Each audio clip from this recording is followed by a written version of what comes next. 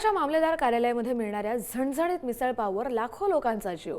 मात्र आता मिसळचं ते ठिकाण स्टेशन रोडच्या तहसीलदार कार्यालयाच्या आवारात दिसणार नाहीये। रस्ता रुंदीकरणाच्या कामासाठी मामलेदार मिसळचं बांधकाम पाडण्यात आलंय। हे ठिकाण पाडणार हे कळताच मंगळवारी रात्री तिथे मिसळपाव खाण्यासाठी मोठी रांग लागली होती। त्यानंतर मध्यरात्री आणि बुधवारी सामानाची हलवाहलव केल्यानंतर कॅन्टीन पाडण्यात आलंय। तहसीलदार कचेरी कॅन्टीन असं नाव जरी असलं तरी लोकांसाठी ते मामलेदार मिसळचं ठिकाण होतं।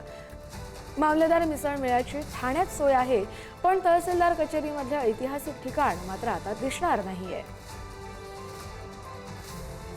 चवीदार आणि झणझणीत मिसळ म्हणून सुप्रसिद्ध असलेली मामलेदार मिसळ कॅन्टीन जी आहे ती आता जमीनदोस्त झालेली पाहायला मिळते। ठाण्यातील मुख्य बाजारपेठेमध्ये असलेली ही मामलेदारची मिसळची कॅन्टीन जी आहे ती आता रस्ता रुंदीकरणाच्या कामासाठी पूर्णपणे जमीनदोस्त करण्यात आलेली आहे।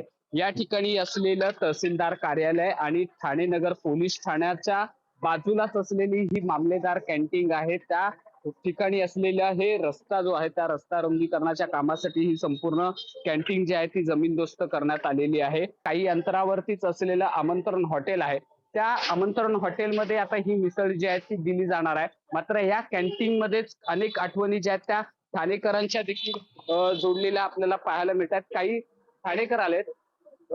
मिसळपाव अनेक वर्षांपासून या ठिकाणी सुरू होतं, आता हे पूर्णपणे पाडण्यात आलेलं आहे। किती वर्षापासून या ठिकाणी येत होते आणि कसा आस्वाद घ्यायचे? गेले 50 वर्षात आम्ही इकडे यायचो, मिसळ खायचो। पण आता काय सगळं हे तोडल्यामुळे आणि आमंत्रण मध्ये काय आता टायमिंगचा काही हिशोब ते पार्सल आहे आणि खायला आता आम्हाला खायचं असेल तर मग 10 नंतर तुम्हाला खायला भेटेल असं आहे। हम आज से कम 45 साल से इधर आते हैं।